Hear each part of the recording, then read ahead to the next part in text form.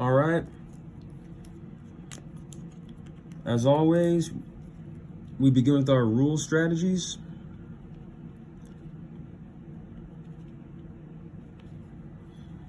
Mr. Lucas bought a new lounge chair for his game room. The one he chose was $425. He had to pay a sales tax of 8.2%. What was the amount of sales tax he paid on the chair? $24.90, $44.30, $34.85, not here. All right, we read the word problem, and even in this case, the answer options. Now let's underline or highlight the specific question, okay? What was the amount of sales tax he paid on the chair? Okay.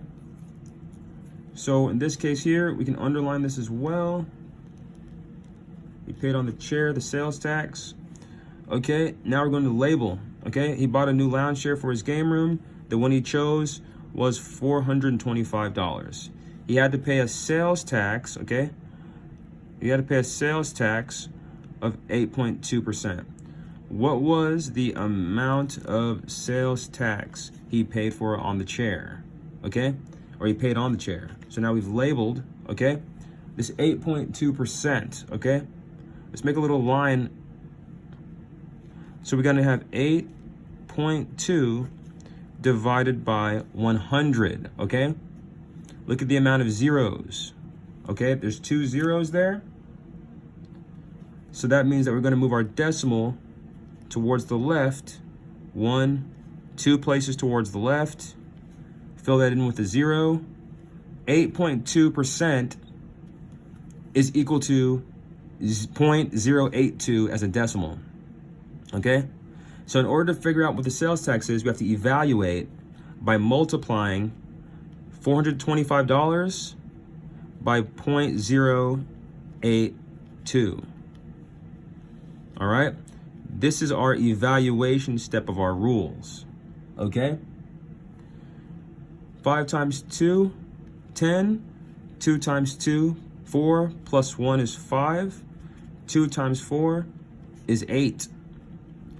All right, now we have to move it, add a 0 for the thousandths place, go on to the hundredths place. 8 times 5 is going to be 40. 8 times 2 is 16. Plus 4 is 20. Carry the 2. 8 times 4, 8, 16, 24, 32. Plus 2 is 34. All right. Now we have a 0 in the tenths place. 0 multiplied by anything is 0. So we don't have to make a column of 0. We already know that everything's going to be 0 underneath that. Now let's add these up. 0 plus 0 is 0. 5 plus 0 is 5. 8 plus 0 is 8. 4 plus nothing is 4. 3 plus nothing is 3. Now, how many numbers do we have to the right of the decimal place? Our decimal is here. We have 1, 2, 3 numbers towards the right of our decimal place. Okay? That means that now we have to move our imaginary decimal here, because all numbers have an imaginary decimal to the far right. We got to move this towards the left 3 spaces. 1, 2, 3. Okay? So now our value is going to be, the amount of sales tax was $34.85. It's not going to be G or F. These answers here are not accurate.